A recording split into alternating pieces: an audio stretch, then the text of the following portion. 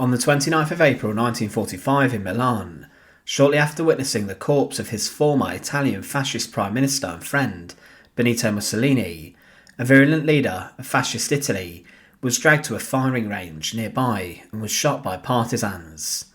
Achille Starace was a man who was very loyal to Mussolini, and he was a close ally of the dictator. However, like Mussolini, he would meet his end, being executed. Starace was one of a number of prominent fascists who was displayed alongside Mussolini, following his death inside of the Piazza Loreto in Milan. He was a man, though, who was involved in the Italian military and would command a large number of soldiers. However, he was a symbol of ridicule to many across Italy at the time, despite being very decorated and being very high up in the National Fascist Party. Join us today as we look at the execution of Mussolini's secretary, and as always, to support our channel, please make sure to subscribe. Achille Starace was born in August 1889 inside of San Nicola, and his father was a merchant who dealt in a variety of objects, including wine. But as a young man he attended a university and obtained an accountancy degree, but whilst he was a young man, he was beginning to develop his own political beliefs. In 1909 he joined the Italian Royal Army, and he gained a number of promotions. However, he was a volatile person and would regularly get into fights with those who had differing beliefs to him, and he was once involved in a brawl with a number of pacifists inside of a cafe in Milan, and his reputation then began to spread.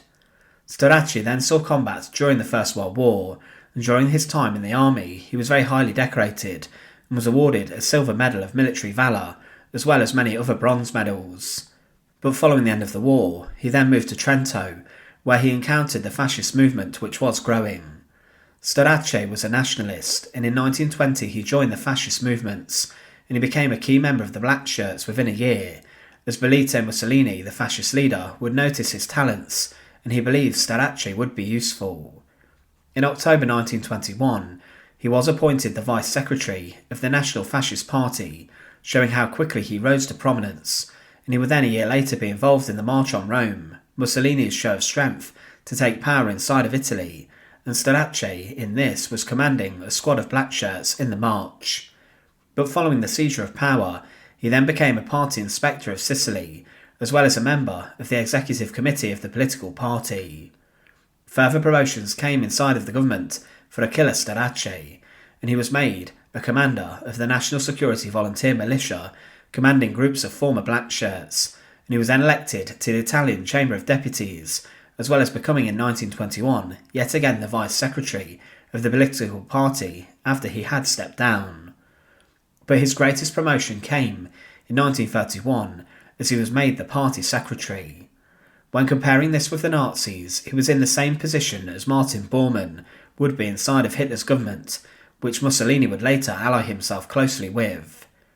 Starace was given this position as he was incredibly loyal and devoted to Mussolini, and he organised huge marches and parades, and also put forward legislation to introduce anti-Semitic segregation.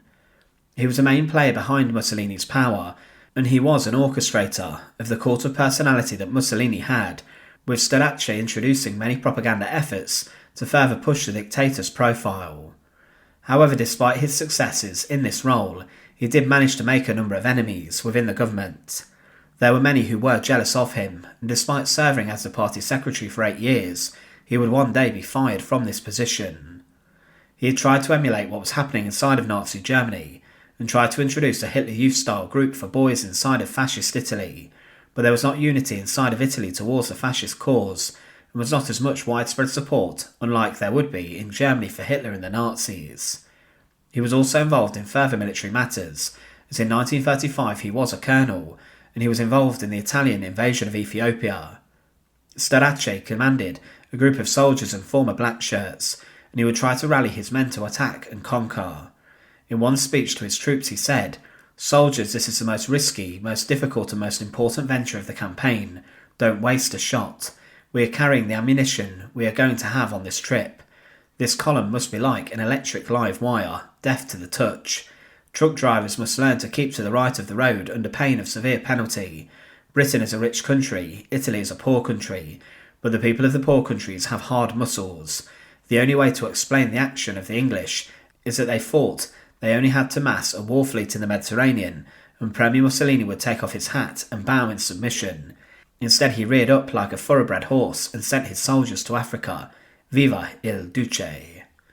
Many of his soldiers were involved in different battles, but following the campaign he then continued his work as a party secretary, but he did have a number of strange specific policies.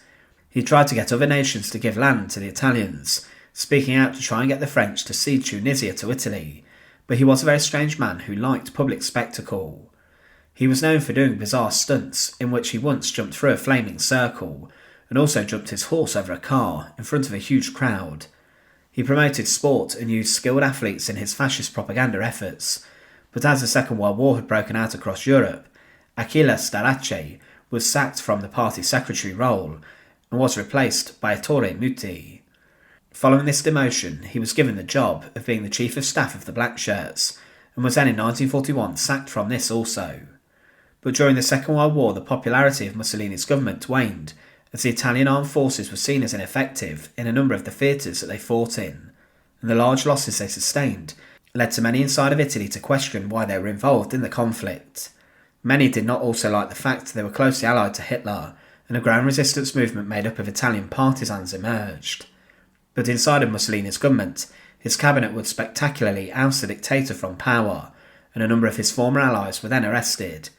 This in 1943 included Achille Starace, who despite not holding any power or position at the time, was seen as an ally of the dictator and was therefore to be arrested.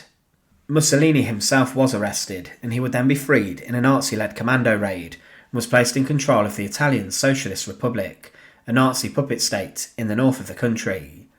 But Achille Starace, desperate to gain the favour of Mussolini again, appealed to his former friend for a position in government, but Starace was arrested, and he was even held inside of a concentration camp. He was arrested by his former allies, who said he had disgraced the fascists during his time as party secretary, and for this he was left to rot inside a concentration camp. However, in April 1945, Benito Mussolini was captured, trying to flee to Germany, as he knew the war was lost. He had been captured on a convoy heading for Germany, and he was handed over to partisans. He was captured along with his mistress, Clara Petacci, but within days he had been condemned to die, as the partisans were executing all former fascist members of government.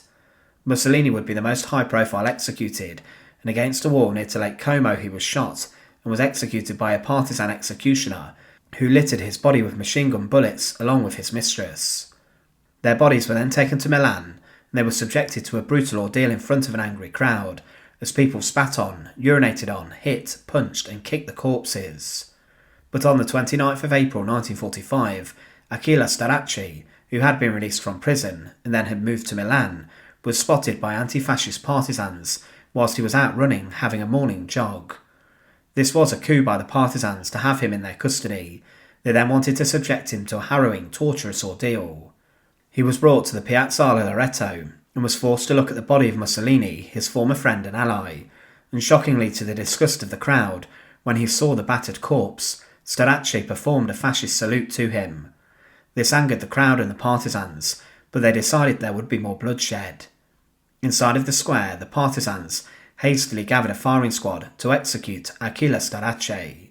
He had witnessed the body of Mussolini and Petacci, and now he was stood up against a wall. Opposite him were a number of executioners who were armed with their rifles, and Starace was now forced to turn around, as it was considered the ultimate disgrace to be shot in the back. He was not bound, and was simply just left opposite the firing squad to await his fate. He then heard the shouts for the firing squad to ready, and instantly the firing squad shot their rifles, killing Starace, a former member of Mussolini's government and his ally, and there were loud cheers heard from the crowd as the sound of gunshots crashed. The body of one of those who had been strung up upside down from a half-built service station next to Mussolini had fallen to the floor. However, the body of Achille Starace was then hauled upside down on the metal structure in front of the crowd, and his gunshot-ridden body was shown to them. Eventually, the Americans arrived and ordered the bodies of those including Starace and Mussolini to be cut down. Achille Starace was a powerful fascist politician who rose to the position of party secretary, and he was, during Mussolini's time in power, a reliable and close ally of the dictator. He would fall from grace though, despite an illustrious military career, and he was even held inside of a concentration camp. But he would be taken to see the body of his former dictator Mussolini, and shortly after this he went the same way of the dictator and was executed by a firing squad too. His remains were even subjected to the same treatment, being strung up upside down in front of a huge crowd. Thanks for watching. To support our channel, please make sure to subscribe, and once again, thank you so much for watching.